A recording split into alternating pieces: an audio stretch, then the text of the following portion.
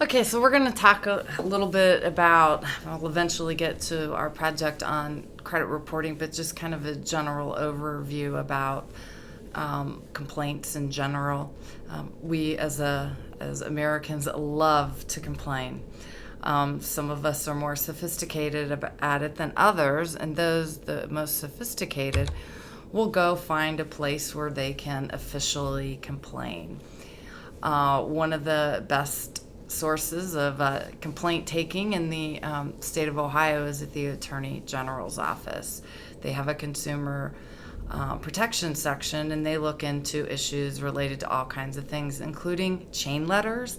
Like, really? I didn't know that there was a place that you could go officially complain about chain letters. Or dating services. Now, I don't know exactly what that means, if you didn't get your $20 worth or what, but there's all kinds of places that take complaints, and some from a very serious standpoint as well, including like the state medical board, where you can complain about improper, unethical behavior of a doctor, or the funeral directors. There have been issues where of kind of mass cremations and things like that. So it isn't all fun and games. There are some serious issues, and those things, of course, all can become data. So places to find the complaint data: Attorney General's offices, the Federal Trade Commission. They have a lot. The Consumer Financial Protection Bureau, which is the new federal watchdog agency of financial information. Consumer Product Safety Commission. You can find everything there from exploding toasters to defective baby products. I had to say that to Needle. Wags a little bit. The state utility regulators in Ohio, it's the Public Utilities Commission of Ohio, and state licensing boards, like I mentioned, the medical board, the Ohio Department of Education, things like that. So we'll talk a little bit now about our project on credit scars, which was we did in 3 different chunks. The first segment really took a look at what is wrong with credit reports, and we based that off of complaints filed with Attorney General's offices and the Federal Trade Commission. And I just want to reinforce, if I'm insulting intelligence, I apologize, but based on the data that we incurred, more than 30% of the public doesn't even look at their credit reports or understand how they impact your life. So please check your report.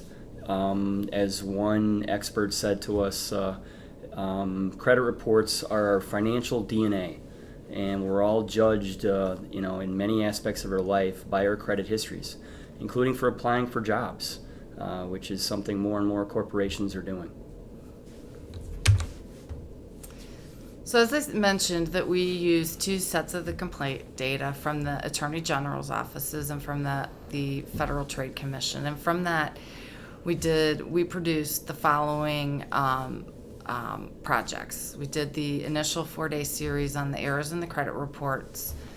We did a 3-day series on debt collectors, because that's a big source of problems with credit reports. As our student loans, which many of you probably are stuck with, and they will stay with you till the day you pay them off. They will haunt you if you do not pay them off. And then we had a kind of a quick hit on a rogue debt collector who we found through the Attorney General complaints data. And this debt collector, this is kind of a complicated story, but when there is a fraudulent charge on your credit card, you can call your credit card company and say, I did not make that charge, and they investigate and they agree with you. And they charge it back. So they give that charge back to whatever merchant it was. In this case, this debt collector based in Toledo was buying chargebacks from an internet porn site, and then chasing the consumers who had been defrauded initially and trying then to get them to pay on this debt that was not theirs. And lots of people were just paying it because they didn't want something sex related. They were embarrassed. Right. Going after them. Right. So this was, just kind of a data visualization of what we did, kind of the end result of after we processed these things into Excel and then did analysis with them in Access and SPSS. But this was a graphic that ran in the paper talking about the types of complaints that they had, what people were upset about, and what's the other one? Oh, and we also used a dispatch mail poll for political reasons, who you're going to vote for, I think this was during the gubernatorial race.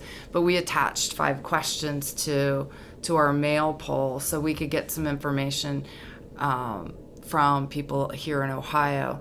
And our mail polls are incredibly accurate. So it was a good way for us to collect some additional information. And in that first graphic for types of complaints, it's important to point out that we probably had close to 35, 40 fields of information in our spreadsheet that we were extracting from those documents we talked about. But we had to, you have to boil it down. You have to create something that's manageable. So we focused on the ones that we felt were the most serious. And that's an important lesson whenever you're dealing with your own data. I think Bear made the point earlier too about writing, but it starts with knowing how to boil it down and pull out the most important facts from the data, and then figuring out a way to illuminate it to make it interesting, bring a face to it or whatever. And then, as we've previously talked about, this is all numbers and boring stuff. You have to bring these to life and see how they play out on real people's lives. This lady here, Ann Vitale, is a lawyer for the state of Ohio, and she ended up with a judgment on her credit report from a payday loan. And she thought this was going to be an easy fix. And she was woefully wrong. And she's a lawyer. She's somebody who sort of knows all the legalese and knows her way around the courthouse, and could not get this error corrected. And ultimately, she filed a complaint with the Ohio Attorney General's office, which was the way that the credit reporting agencies would respond. If there was a complaint filed and the AGs contacted them, they would fix the error right away. If you, as a just plain citizen trying to do that, you will never get the error corrected.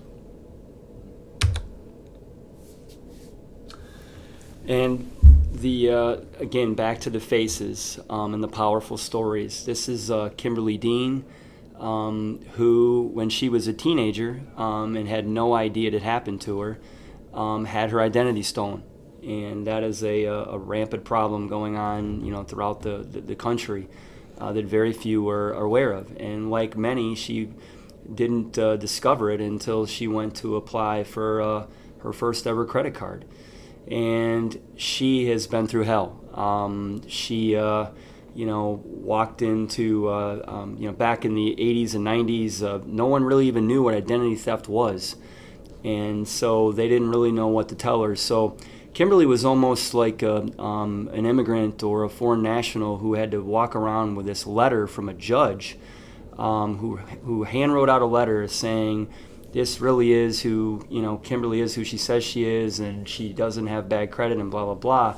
And she had to present this letter pretty much everywhere she went for a financial purpose, because in everyone's computer system, she was coming up as this other Kimberly Dean with all this horrible debt and expenses, and it just completely ruined her financial life. She ultimately could not exist in the credit world. She had to pretty much pay cash for everything. One of the things this happened to her. She's in her 30s now. Because it happened so long ago, somebody thought, the great solution to her problem would be just to issue her a new Social Security number. And so now she has 2 Social Security numbers tied to her, and it's just been a mess for her. And of course, she couldn't get any help from the credit reporting agencies, who pretty much ignored her or did nothing. Sorry, I'm giggling because more and more journalists are expected to do more than just write. You have to be multifaceted, and this was among my first forays in doing a video. And I did not turn the camera on properly, so I had to drive up to Youngstown twice to do a video with these folks. But that's a 94-year-old great-grandmother you're looking at, who has, I think it's actually more now than $75,000 in student loan debt. And she co-signed for her daughter, who's sitting next to her, who went back to school later in life, like quite a few folks do, but wasn't really aware of the loans she was signing or the escalating penalties. And her husband, for a short time, lost a job, and he had some student loans. Their kids have student loans. So the whole family, from 94 all the way down to about 25, is drowning in student loan debt. And it was an epidemic, and it was amazing how much attention.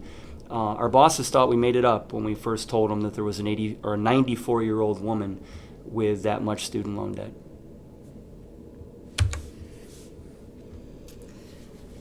Medical debt is one of my favorite parts of this. It really, forgive me, pisses me off. And the medical debt story focuses on, you go to the hospital for something and you're treated, and of course there's about 8 different entities, someone that took the blood work, or someone that gave you an x-ray, or the ER doctor, and you might have 7 or 8 bills. And let's say that one of those bills is, this just happened to an employee at the dispatch who was treated for Crohn's disease, and there was one bill for $28 that was sent to his old address. And that $28 debt was then ended up being sent to a collection agency, and it caused his credit score to drop almost 45 points during the exact same time that he's trying to get his first ever home. And that's real dollars. That's going to cost him several $100s a month potentially in mortgage payments. And it's amazing how many people we found that have, just about every mortgage person that we talked to when we were actually talking to them about student loan debt, and they said, medical and student loans are the worst in terms of people ending up, mistakes being made and ending up on the reports and really damaging people's lives. So in this graphic, we basically are able to show, how many folks are affected, and without being too geeky, to a certain, during this 5-year period, this is how many people, were damaged by this issue.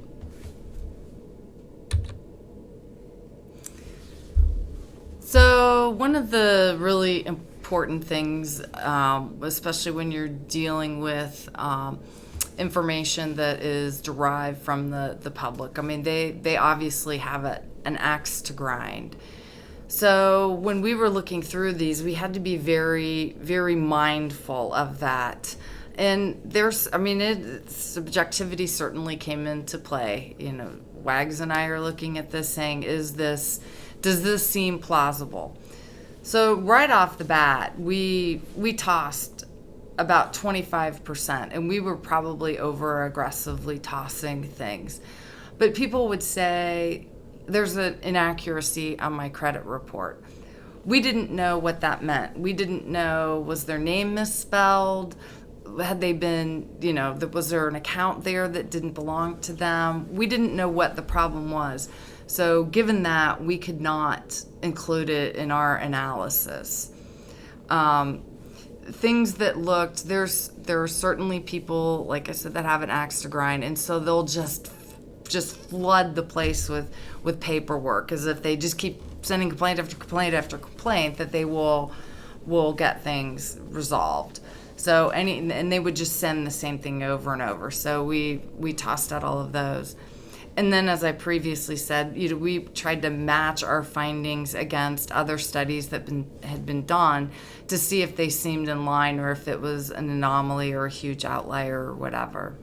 And this process raises another really important point when you're dealing with data is the more eyes on it. Well, that can cause problems a little bit too, which I'll get into. But you want multiple people looking at the data, and Jill and I want to make darn sure, and sometimes we're involved with projects as many as 4 or 5 people, and y'all want to make sure you're on the same page. But it's a little dangerous to be making hard judgments by yourself on how to process the records or data that you receive.